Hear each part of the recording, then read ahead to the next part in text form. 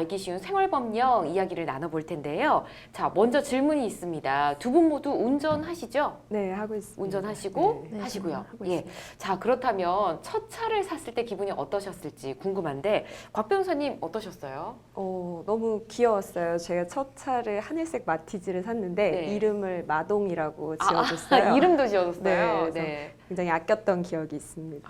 몇 년 전이신가요, 그게? 꽤 오래됐죠. 10년 정도 된 것 같습니다. 그래요.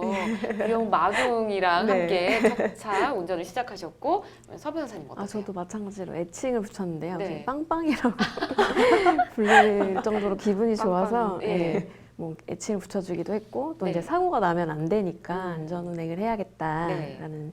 생각으로 이제 열심히 조심히 운전을 했습니다. 네, 오래되셨나요? 언제? 저도 딴지는 한 10년이 넘었는데요. 예. 이렇게 최근에 이제 주로 많이 운전하게 됐습니다. 그럼 현재도 빵빵이와 함께 네, 빵빵이랑 네, 두 분 모두 아주 귀여운 애칭을 네. 붙여주셨는데 저만 이제 첫 차에 대한 애칭이 없네요. 좀 무뚝뚝한가 봅니다. 자, 어쨌든 요즘 새 차 같은 중고차들이 많아서 첫 차로 중고차 염두에 두고 계신 분들 굉장히 많으실 텐데 오늘 알기 쉬운 생활법령에서는 중고차 매매에 대해서 이야기를 좀 나눠보도록 하겠습니다. 먼저 중고차를 구입할 때 가장 먼저 어떤 걸 확인해야 하는지 곽 변호사님 좀 알려주시죠. 네, 자동차를 구매하시려는 분들은 자동차 등록 원부를 먼저 확인하셔야 합니다. 등록 원부요? 예. 네. 우리가 법률 방송을 통해서도 말씀을 드리지만 부동산 매매 계약을 할 때 부동산 등기부등본을 확인하라 이런 말씀을 드리지 않습니까? 예.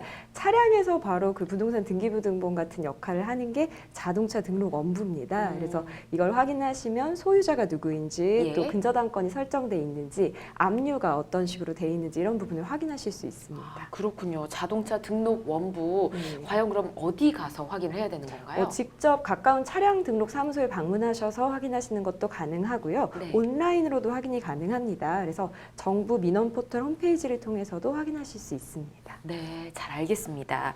자, 그 외에도 확인해야 될 사항들 몇 가지가 더 있을 것 같은데요. 이번엔 서 변호사님 좀 알려주십시오.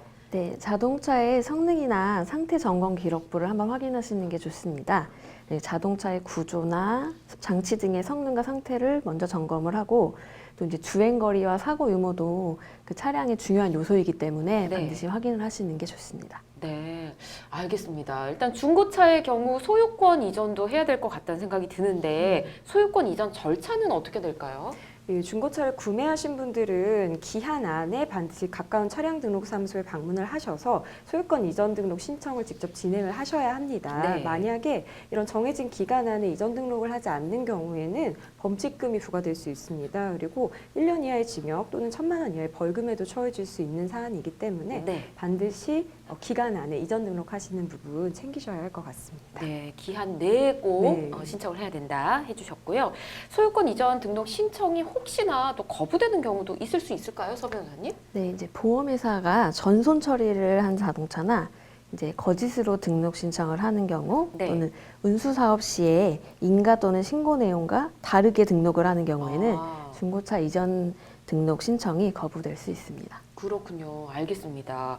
자, 중고차 매매하는 사람들이 많아진 만큼 그 피해 사례 또한 계속해서 증가하고 있는데요. 일단 중고차 사기 피해를 예방하는 게 가장 좋은 방법일 겁니다. 예방할 수 있는 방법들은 어떤 것들이 있을까요?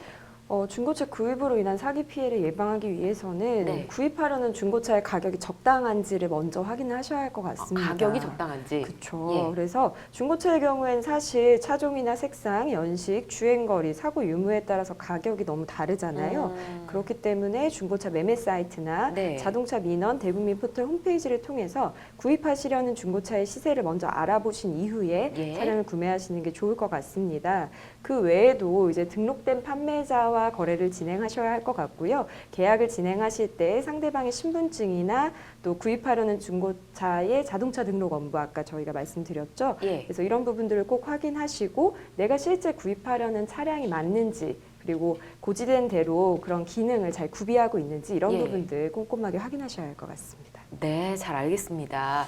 자, 이렇게 잘 알려드리긴 했지만 그래도 혹시나 뭐 사기꾼이나 나쁜 사람들한테 속아서 잘못 살 수도 있잖아요. 그럴 때는 뭐 계약을 해지한다든지 환불해달라 요구를 할 수 있을까요? 네, 맞습니다. 매매 계약을 이제 해지를 하시면 되는 거고요. 예.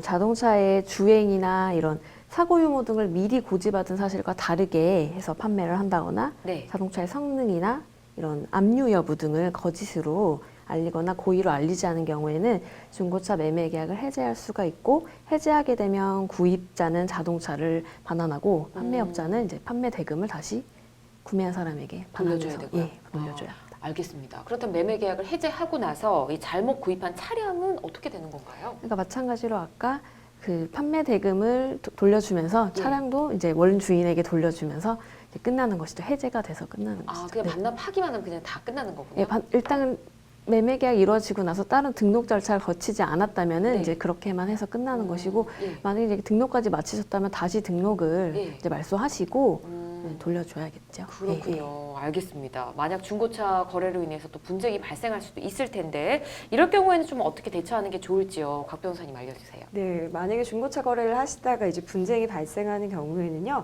한국소비자원이나 한국공정거래조정원의 도움을 받으실 수 있습니다. 네. 그래서 소비자 분쟁 해결 기준이 있더라고요. 그래서 이거에 따라서 손해배상을 청구하거나 무상 수리를 요청하거나 수리비를 달라 이런 식으로 요구를 하실 수 있습니다. 그렇군요. 알겠습니다. 자, 중고차든 새 차든 차를 구입하기 전에 그 설렘은 어떻게 표현할 수가 없을 겁니다. 그래도 무엇보다 안전이 가장 중요하니까요. 중고차 구입하기 전에 오늘 저희가 말씀 나눴던 내용들을 여러분도 꼭 기억하셨으면 좋겠습니다. 중고차 매매와 관련해서 더 궁금한 점이 있으신 분들은 법제처 홈페이지로 들어가셔서 찾기 쉬운 생활 법령 코너에 가시면 자세히 나와 있으니까 참고하시고요.